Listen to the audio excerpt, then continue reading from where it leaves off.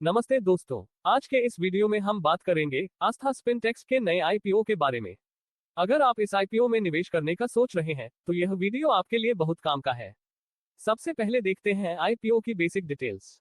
आस्था स्पिनटेक्स का यह आईपीओ 170 करोड़ रुपए का फ्रेश इश्यू है। इसका फेस वैल्यू 10 रुपए प्रति शेयर है और इसका प्राइस बैंड 125 रुपए से 136 रुपए रखा गया है। इसमें एक लॉट में 110 शेयर्स हैं। ये कंपनी बीएसई और एनएसई दोनों पर लिस्ट होने वाली है।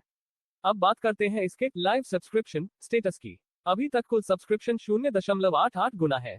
अगर हम कैटेगरी वाइज देखें तो रिटेल कैटेगरी में इसे 0.41 गुना सब्सक्रिप्शन मिला है। नी टोटल में 1.38 गुना और QIBS में 0.80 गुना रिस्पॉन्स देखा गया है।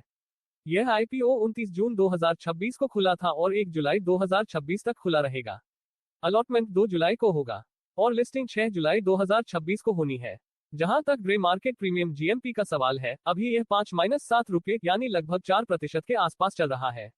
ध्यान रखें कि जीएमपी सिर्फ एक अनुमान है और यह बदलता रहता है, इसलिए इस पर पूरी तरह निर्भर न रहें। आस्था स्पिनटेक्स का आईपीओ 170 करोड़ रुपए का फ्रेश इश्यू है। इसका प्राइस बैंड 125 रुपए से 136 रुपए के बीच है। कंपनी का वित्तीय प्रदर्शन देखें तो 31 दिसंबर 2025 तक इसके एसेट्स 331.65 करोड़ रुपए रहे हैं। 31 दिसंबर 2025 तक कंपनी का प्रॉफिट आफ्टर टैक्स 17.55 करोड़ रुपए रहा है।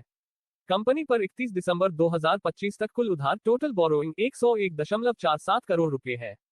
QIB के लिए 50% कोटा निर्धारित है। नी HNI के लिए 15% कोटा है। रिटेल निवेशकों के लिए 35% कोटा रखा गया है। अगर आप रिटेल कैटेगरी में कम से कम एक लॉट 110 शेयर्स के लिए अप्लाई करते हैं तो आपको 14,960 रुपए का निवेश करना होगा।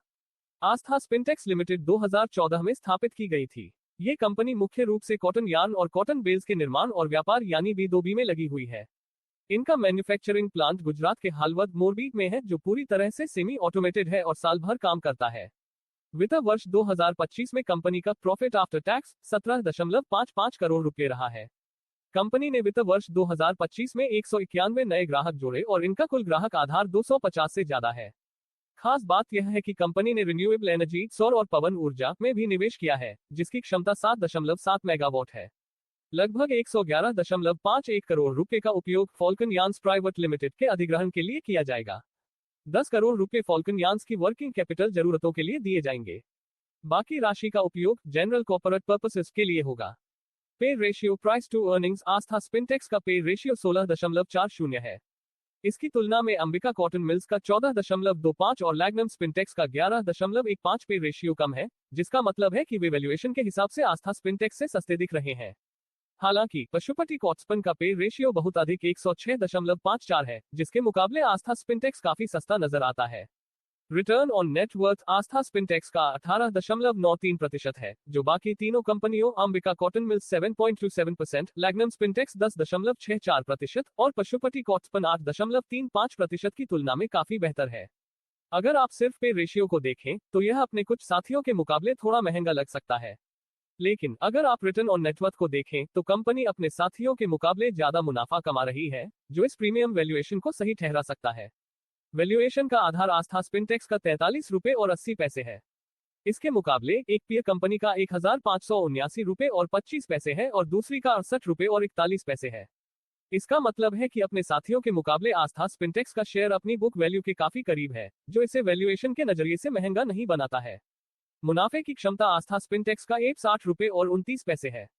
हालांकि यह पीयर कंपनी के 114 रुपए और 83 पैसे के एप्स से कम है, लेकिन यह अन्य पीयर कंपनियों 7 रुपए और 28 पैसे और 82 पैसे के मुकाबले बेहतर है।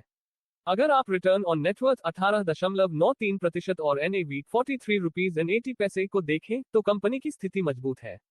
सस्ता है या महंगा, कंपनी न तो बहुत ज्यादा महंगी है और न ही बहुत सस्ती, यह एक फेयरली प्राइस्ड वैल्यूएशन पर आई है। इसका रिटर्न ऑन नेटवर्थ बेहतर है, जो ये दर्शाता है कि कंपनी कम पूंजी लगाकर अच्छा रिटर्न दे रही है। वीडियो स्क्रिप्ट में इसे ऐसे बोले, वैल्यूएशन की बात करें तो आस्था स्पिनटेक्स का NAV 43 रुपए और 80 पैसे है और APS 8 रुपए और 29 पैसे है। इसका रिटर्न ऑन नेटवर्थ 18.93% है, जो अपने पीएस के मुकाबले काफी बेहतर प्रदर्शन दिखाता है। इसलिए यह आईपीओ बहुत ज्यादा महंगा नहीं लगता, बल्कि अपने फंडामेंटल्स के हिसाब से फेयरली वैल्यूड नजर आता है। Strength capacity enhancement. Falcon yarns के अधिग्रहण के बाद कंपनी की कुल सालाना स्पिनिंग क्षमता 7,700 एमटी से बढ़कर 17,457 एमटी होने का अनुमान है। मजबूत ग्राहक संबंध। कंपनी के पास 14 ऐसे प्रमुख ग्राहक हैं जो पिछले 5 सालों से इनके साथ जुड़े हुए हैं। रणनीतिक स्थान। इनका मैन्युफैक्चरिंग प्लांट हलवद, मोरबी, गुजरात में स्थित है, जहां इन्हें कपास उत्पादक क्षेत्रों और परिवहन नेटवर्क का सीधा लाभ मिलता है। वित्तीय स्थिरता। वित्त वर्ष 2024 से 2025 के बीच कंपनी के परिचालन राजस्व में 15.19% की वृद्धि हुई है, साथ ही मुनाफे के मार्जिन में भी सुधार आया है।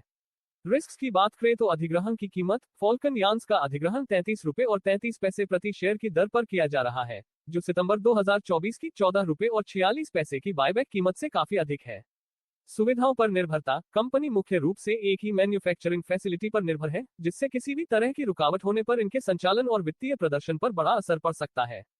कच्चे माल की अस्थिरता। कच्चे कपास पर निर्भरता के कारण मौसमी उतार चढ़ाव से इनके राजस्व और वित्तीय प्रदर्शन में बदलाव आ सकते हैं। बाजार प्रतिस्पर्धा। अंतर्राष्ट्रीय और घरेलू निर्माताओं से कड़ी प्रतिस्पर्धा और सिंथेटिक फाइबर का बढ़ता चलन इनके मार्केट शेयर और मुनाफे को प्रभावित कर सकता है। इंडस्ट्री में सुस्ती। टेक्सटाइल और अपैरल इंडस्ट्री में किसी भी प्रकार की मंदी इनके उत्पादों की मांग कम कर सकती है, जो सीधे तौर पर विकास और मुनाफे को नुकसान पहुंचा सकता है। डिस्क्लेमर। ये वीडियो केवल एजुकेशनल उद्देश्यों के लिए है। मैं सेबी रजिस्टर्ड वित्तीय सलाहकार नहीं हूँ। शेयर बाजार में निवेश जोखिमों के अधीन है। किसी भी आईपीओ में निवेश करने से पहले कृपया अपने वित्तीय सलाहकार से चर्चा करें और आरएचपी को ध्यान से पढ़ें। क्या आप इस आईपीओ में अप्लाई करने वाले हैं? कमेंट में जरूर बताएं। वीडियो को लाइक और सब्सक्राइब करना न भूलें। धन्यवाद। नमस्ते दोस्तों, आज के इस वीडियो में हम बात करें